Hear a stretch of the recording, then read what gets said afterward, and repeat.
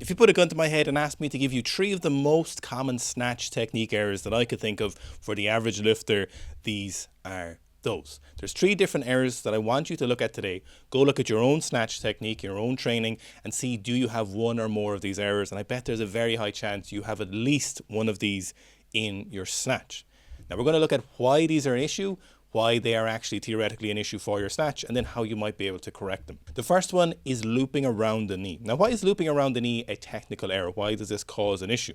So you need to think about the barbell and your own body as 2 separate centers of mass. The barbell essentially is going to be pulling you forward for the most part as you pull that barbell up. If you're not pulling that barbell towards your center of mass in this kind of curved S barbell pattern I'm sure you have seen, the barbell is pulling you towards it because there's a good chance that the barbell is at your body weight or hopefully a little bit heavier. But even if it's not, it's technically exerting a force pulling you forward. This is forcing you to fall over forward if you're making an effort to do the snatch. Now, when this happens, this of course puts you in a less advantageous position. There's ideal positions that you can hit where you can express the most amount of power to send the barbell into orbit to get it into a complete snatch. Now, the issue with looping the barbell around your knee is that if we are not clearing the knee sufficiently, that lets us know that the barbell is actually separating and moving away from your center of mass. So if the barbell isn't traveling back towards your center of mass off the floor, it's essentially traveling away, because as you move up, and if the barbell is moving away, you're getting further away from your center of mass. Your center of balance, the ideal place where that barbell can be sent into orbit, is a place where these center of mass converge and come together. Now, most of that traveling is done by the barbell coming back towards you, but a very common error is not extending the knees enough. Very commonly, lifters will keep the knees forward as they go from the first to the second pull, and the transition in between is sometimes known as the knee passage. From here, you need those knees cleared just a little bit, depending on you as a lifter, depending on your limb lengths, but you need to clear them sufficiently so the barbell has a clear path towards the hip. If you keep those knees forward, it generally feels quite good. It feels like you're using your legs a lot, but in spite of this, it's actually keeping the barbell further away from you. And we need that barbell coming closer to you if we want the most powerful snatch. So don't loop the barbell around your knees. Now, how do we fix that? Well, first, we need to simply start being aware of it. We don't necessarily need to go for any deviations or variations here. We just need to practice a cue where some of you might need to think about, for example, pushing with your legs off the floor. You might need to change your start position. Very commonly, people's hips will be too low. This will push the knees too far forward, and as a result, you don't have enough time to clear your knees out of the way if your knees are too far forward. So you may need to change your start position. You may need to simply think about moving your knees back very, very frequently. This is sufficient for a lot of people. One thing you do need to be cautious of, if you are moving your knees back, what will often happen in the initial stages when we try to correct this issue is we'll see an overcompensation in the hips rising and the chest dropping, and we'll get this kind of seesaw motion. The hips will shoot up too aggressively. So be very, very conscious of that happening. It can take a while to fix, but it is very, very productive. I'll give you an example. One of my lifters, he's a 75 kilo lifter. He just snatched 130 kilos. This is a very common issue for him where he was pushing his knees out really aggressively. We made a 10 kilo PB after a couple of months of refining the technique, and the first time he went for that max, he hit 130. So the issue with the knees out, which is part of this issue, is that the knees out feels really powerful. We feel like we're in a really good position, but very often people don't have the back strength to be in front of the barbell enough as the knees move out, and as a result, they don't have the hip mobility or external rotation available to them to move their knees far enough out of the way, still remain relatively over the center foot with their foot pressure, and as a result, the knees stay too far forward. So don't try and do this by moving the knees out, do this by moving the knees back. Now, variations you can use to correct this issue are pause of the knee snatch, low hang snatch, low block snatches. You can do a snatch pull or a snatch deadlift plus a snatch where you just really focus on that knee position and that knee passage, and it'll ingrain it. This will take a couple of sessions to get used to, and it'll probably take a couple of weeks or a couple of months to really refine, like all technical corrections in weightlifting. So do be prepared for the long haul to actually correct this issue. Let me interrupt this broadcast really quickly just to let you know that in the link below, there's a combined 30 years of experience on the sport of Olympic weightlifting. It's 30 emails, one per day. You will not regret signing up. It is incredibly valuable information. And if you have a question about weightlifting, I guarantee you it's probably answered in one of those emails. Now, the second issue is the hips coming into the barbell too soon. So if we understand why looping around the knees is an issue, then we can understand or begin to understand why the hips coming in too early into the barbell is very commonly an issue. This again is bringing ourselves towards that barbell rather than bringing the barbell back towards your hips. When we bring ourselves towards the barbell, we're pulling ourselves off balance. We're in a less advantageous position to use our legs in the extension and at that contact point. So if we are too far forward onto our toes, if the barbell is too far away from us, what will generally happen is one of three things. We'll jump forward underneath the barbell. We'll swing the barbell, and then we might jump back behind the barbell. So we're adding distance to that barbell in the extension and the turnover, because if we push the hips too far into the barbell, we'll often add too many horizontal forces. So we're often bumping the barbell. As Klokov says, don't hump the barbell, or don't make love to the barbell, I believe was one of the phrases he used, where we see this very large looping of that barbell.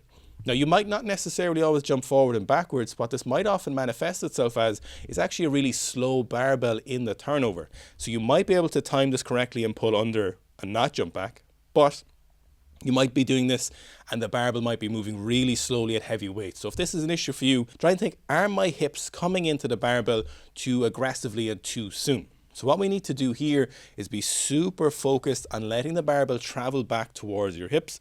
Be super patient with those hips. Try and think about this. As soon as your hips move forward into the barbell, think about the second pull ending. What do you want to do with the second pull? You want to make the second pull last as long as possible. So you need to let your hips stay back as long as possible. This is also your shoulders staying in front of the barbell for as long as possible. And then we need a combination of these to ensure that the hips don't come in too soon. How do you correct this? Well, this is actually quite hard to correct. Variations don't usually help too much here. We could do some pause snatches, we could do some block snatches, but ultimately this is one of the issues where we really need to focus on being patient with the hips. We need repetition, and trying to focus on correcting it. Now, one area that might be causing an issue is if your legs are far stronger than your back, or your back is weaker than it should be, you may be tending towards trying to bring those quads underneath the barbell very, very aggressively. Now, this is actually something the Japanese school of weightlifting tends towards. They believe that they have stronger legs than they have backs. I don't necessarily agree with this, and certainly not for most of you watching this. I don't agree with that. I think we can definitely make our back strong enough to balance with our legs. So if you're having this issue, snatch grip RDLs, low block pulls, heavy snatch pulls, heavy snatch deadlifts, weighted good mornings, seated or standing, heavy back extensions, get stronger hip extension, get stronger lower back, get stronger upper back, get stronger hamstrings, and then we can definitely put ourselves in a place where keeping those hips back for longer is easier. Because if your legs are very strong, if you have a good squat but your back and your pull is weak, you will tend towards bringing those hips under because it will feel more balanced, but it is not better technically. Lastly, we've got bending the arms in the snatch. My goodness, what a hard technical error to correct. So why is bending your arms bad in the snatch? Why is it something we don't want to do? Well, there's a couple of reasons we don't want to do that. First, the reason we don't want to bend our arms in the snatch is because the arms are a very important part of the turnover during that third pull. So as you move from the hip into that turnover, you need your arms straight or pretty close to straight to give us this opportunity to pull with our traps and then pull with our arms. We need to add this essentially contraction of our upper body to send that barbell where we want it. It's not just the legs essentially sending the barbell into orbit, you are also pulling that barbell where it needs to go. If you start this extension in an already contracted position, essentially you've reduced your reserves of upper body musculature to be engaged in the turnover. So if you start here, when you're extending, you have less of that upper body available to you to turn the barbell over. So as a result, you're not going to be as powerful, you're not going to be as fast or as close in that turnover. The second reason we don't want to bend our arms, because the sooner we bend our arms above the knee, more often we're going to slow the barbell down. If we're shifting the load towards our arms, or we're shifting some distribution of that load towards our arms as we're pulling, very often your arms aren't going to be as strong as your legs or your back. And as a result, the barbell is going to slow down. And if we know anything about weightlifting, we know it's a speed strength sport. We want the speed, so we don't want to do anything to make us slower than we already probably are. The only thing that I've seen consistently work for fixing the arm bend is repetition until we do it perfectly and we never let it happen again. I'll be honest with you, It's actually relatively simple to stop bending your arms. You just need to focus on it. It's not that hard, but some people have a difficulty with cueing that in their own lifting.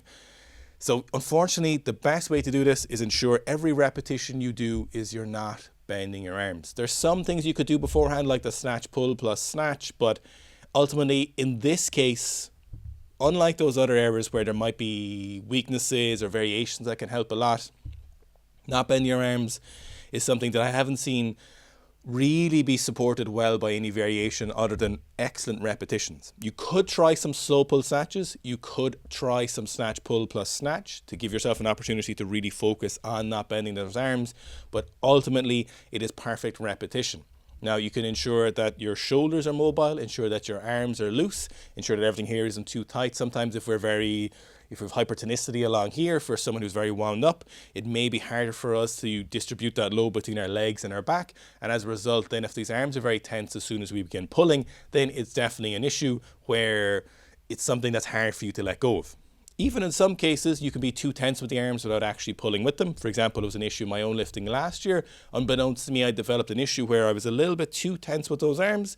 And as a result, it did noticeably slow down the barbell as it got towards my hip. So when I really relaxed with that arm position, ensured that those arms weren't even slightly pulling, the speed at the hip makes a very, very, very big difference. And it's something I still have to focus on a little bit from day to day. So there's a good chance you're making one or more of these issues. You could probably be making all three for all I know. There's probably a good chance you are. So if you are, stop doing it. Now, with all that being said, if you need your programming taken care of, check out the Sika Strength app on iOS and Android. Sign up on the website. Do not sign up on the app or the Play Store. Sign up on the website. It's cheaper and it's better quality service for you.